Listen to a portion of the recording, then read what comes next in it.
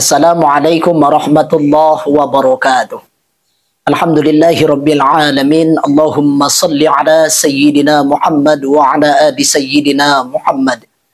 Baik, pada kesempatan kali ini saya akan mengingatkan khususnya bagi seorang imam ketika hendak memimpin pelaksanaan sholat. Baik itu dari kita sendiri ataupun bahkan hadirin sekalian yang pernah mengalami sebagai imam. Apa kekeliruannya? Saya di sini membahas khususnya tertuju kepada seorang imam. Kekeliruannya adalah memang hal yang sepele, hal yang kecil. Contohnya adalah ketika hendak melaksanakan sholat, arah kiblat antara imam dan makmum itu tidak sejajar, tidak searah. Yang mana ini lebih berpacu kepada seorang imam. Tempat arahnya imam tidak sejajar dengan makmum. Mungkin agak sedikit kanan ataupun agak sedikit ke kiri. Tapi kebanyakan agak sedikit ke kanan. Ini memang hal yang sepele. Akan tetapi jikalau kita biarkan, kita tidak ingatkan, maka akan mengakibatkan fatal. Yang mana sudah kita ketahui bahwasanya syarat daripada sholat, hal-hal yang harus kita lakukan sebelum sholat itu ada 5 perkara. Yang mana redaksi ini saya ambil daripada kitab Fathul Qorib. Ada fasal menerangkan tentang wasyara'itu sholati qabla dukhuli fiha khamsatu asya'a. Syarat yang harus kita lakukan sebelum masuknya sholat itu ada 5 perkara. Yang pertama adalah taharatul a'dha'i minal hadathi wan najisi. Bersihnya anggota, sucinya anggota, baik itu suci daripada najis ataupun daripada hadas.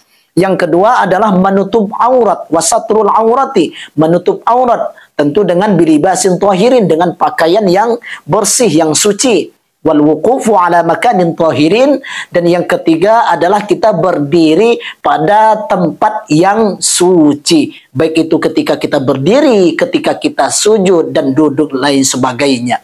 Dan yang keempat, wal ilmu bidukhulil waqti, mengetahui bahwa waktu sholat sudah tiba ataupun sudah masuk. Dan yang kelima adalah wastiqbalul qiblati, menghadap kiblat. Ini tidak ada pengecualian antara imam dan makmum. Yang mana perlu kita ingat, menghadap kiblat ini bukan menghadap barat ataupun menghadap utara ataupun menghadap timur. Menghadap kiblatnya di sini adalah menghadap Ka'bah.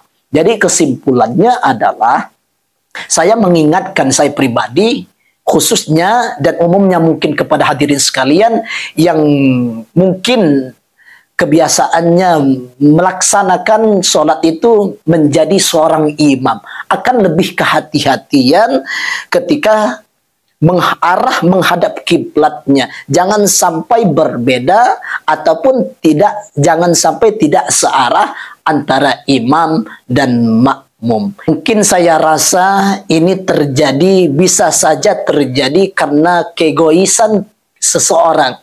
Baik itu karena mungkin merasa usianya lebih tua, mungkin lebih sepuh.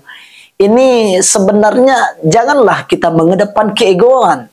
Artinya apa? Ketika kita walaupun memang posisinya lebih tua secara usia, akan tetapi kalau kita memang tidak mengetahui mungkin daripada syarat sahnya sholat, syarat-syarat yang harus kita lakukan sebelum pelaksanaan sholat, rukunnya sholat, hal-hal yang membatalkan sholat, ya maka kita serahkan kepada orang yang lebih pandai.